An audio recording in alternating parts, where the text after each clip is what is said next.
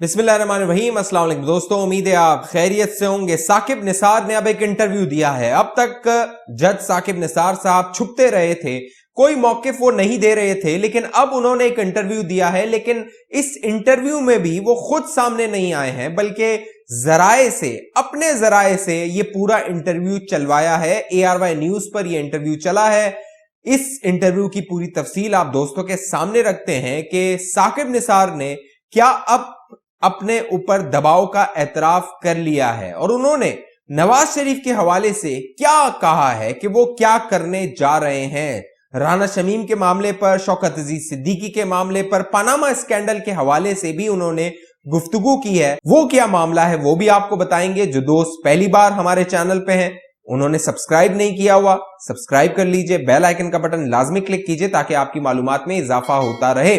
दोस्तों, साकिब निसार साहब जब से उनकी ऑडियो मंजर आम पर आई थी, उसके बाद उनके हवाले से जज राना शमीम ने एक दावा किया।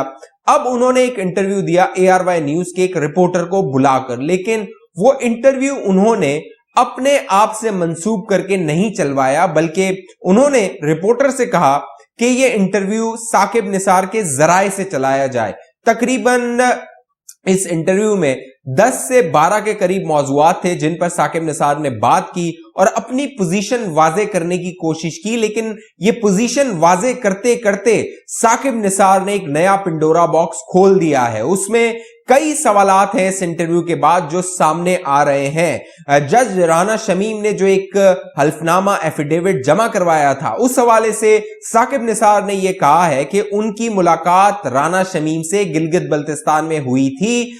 जज साकिब निसार ने, साबिक चीफ जस्टिस ने इस बात का एतराफ किया है कि उनकी मुलाकात गिलगित में जब वो गए थे अपनी बेगम के साथ, वहां पर राना शमीम के साथ हुई थी। साथ साथ उन्होंने ये इंकशाफ किया, ये एक दावा किया कि जो राना शमीम दावा कर रहे हैं कि उनसे ये बात हुई कि एक जज को कॉल की गई थी इस्लामाबाद हाई कोर्ट के, वो बात ठीक नहीं है। क्योंकि राना शमीम जिन्होंने हल्फनामा जमा करवाया और उसमें कहा कि उनकी बेगम ने ये वादा लिया था कि वो ये सारा मामला मंजर आम पर लाएंगे, तो साकिब निसार के मुताबिक उनकी जो बेगम है वो राब्ते में थी जो राना शमीम की बेगम है उनके साथ, जब तक राना शमीम की बेगम का इंतकाल नहीं हुआ वो हयात थी।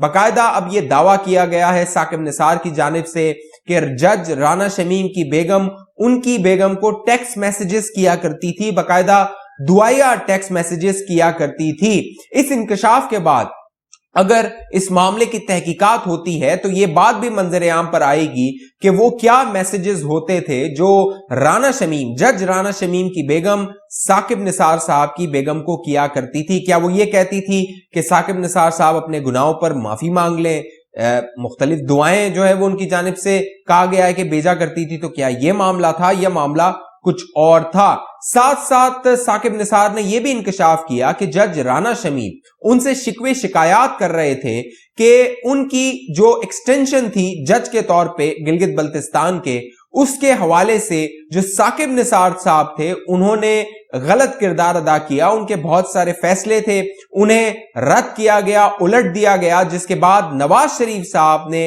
यह फैसला किया कि जज राना शमीम को एक्सटेंशन नहीं देनी है। यहां पर साकिब निसार साहब ने नवाज शरीफ के हवाले से यह बात कही है, या ये बिटवीन द लाइन ये बात सामने आई है कि नवाज शरीफ साहब ने जज राना शमीम को कोई फेवर नहीं दिया। अगर वो उनके बहुत खास आदमी होते तो वो उन्हें बगैर इस मामले के उनके कितने फैसले सुप्रीम कोर्ट ऑफ पाकिस्तान ने उल्टे हैं वो उन्हें तौसीह दे सकते थे। लेकिन अब साकिब निसार ने यह कहा है कि उन्होंने, सुप्रीम कोर्ट ऑफ पाकिस्तान ने जो राना शमीम के फैसलों को उल्टा था या उनको तब्दील किया था या उनको रद्द किया था, उसके बाद जब नवाज शरीफ ने फैसला किया कि राना शमीम को एक्सटेंशन नहीं देनी है बतौर गिलगित बल्तिस्तान जज के, जराए ये बताते हैं उस वक्त जो सेक्रेटरी, प्रिंसिपल सेक्रेटरी थे फवाद हसन फवाद, उनसे नवाज शरीफ साहब ने इस मामले को डिस्कस किया था और फवाद हसन फवाद साहब ने भी ये राय दी थी कि जज राना शमीम को एक्सटेंशन नहीं मिलनी चाहिए। लिहाजा यहां पर यह बात सामने आती है कि नवाज शरीफ का वो फैसला मेरिट पर था और अब साकिब निसार उसकी तायीद कर रहे हैं। साथ साथ उन्होंने शौकत अजीज सिद्दीकी के हवाले से भी बात की। यह बड़ा इंकशाफ किया कि शौकत अजीज सिद्दीकी के हवाले से जब केस चल रहा था सुप्रीम जुडिशियल काउंसिल में, तो शौकत अजीज सिद्दीकी ने, जज शौकत अजीज सिद्दीकी ने 2 बार साकिब निसार से राब्ता किया, लेकिन साकिब निसार ने उनसे मिलने से इनकार कर दिया। अब यहां पर सवाल यह पैदा होता है कि साकिब निसार जो कि सरबराह थे जुडिशरी के, अदलिया के, उन्होंने एक जज जिनके हवाले से इस तरह के मामलात सामने आ रहे थे और उनके शिकवे शिकायत थे, तो उन्होंने उनको बुलाकर उनके मामलात क्यों नहीं सुने? यहां पर भी यह सवाल सामने आता है, लेकिन इसका खातिर ख्वाह जवाब चीफ जस्टिस, साबिक chief justice justice Saqib Nisar ने नहीं दिया। लेकिन उनका यह कहना था कि वो ये समझते थे कि शायद जो शौकत अजीज सिद्दीकी है उनसे मुलाकात करके इसको स्कैंडलाइज करेंगे, मुतनाज़ा बनाएंगे, और आज ये मामला भी अगर वो मुलाकात करते तो सामने आ सकता था। साथ साथ उन्होंने पनामा स्कैंडल के हवाले से बड़ी बात की है। उन्होंने कहा कि पनामा स्कैंडल में जब 5 रुकनी बेंच बना था तो वो उसमें शामिल नहीं हुए थे। उसकी वजह यह थी कि उनका नवाज शरीफ के साथ एक ताल्लुक रहा था। वो उनके सेक्रेटरी कानून रह चुके थे 1997 की जब हुकूमत आई थी नवाज शरीफ साहब की, इसलिए वो उस बेंच का हिस्सा नहीं बने। लेकिन बतौर चीफ जस्टिस ये उनका इख्तियार था कि वो बेंच को तश्कील देते, और जस्टिस आसिफ सईद खोसा की सरबराही में वो बेंच तश्कील दिया गया था। उनसे पूछा गया कि मॉनिटरिंग जज का मामला, क्योंकि पाकिस्तान की तारीख में इस तरह का मामला नहीं हुआ कि एक केस चल रहा हो और उस पर एक मॉनिटरिंग जज लगा दिया जाए जो सुप्रीम कोर्ट ऑफ पाकिस्तान का उसको मॉनिटर कर रहा हो, तो उस पर उनका कहना था कि उस वक्त नवाज शरीफ की हुकूमत थी, वो उस पर असरअंदाज हो सकते थे, इसीलिए मॉनिटरिंग जज को लगाने का फैसला किया गया। यहां पर भी बड़े शक व शुबात उठते हैं, सवाल उठते हैं कि क्या अगर किसी हुकूमत का केस चल रहा हो सुप्रीम कोर्ट ऑफ पाकिस्तान में, तो क्या अब ये प्रेसिडेंट बन गई है, ये रिवायत बन गई है कि इस तरह का जज लगाया जाएगा?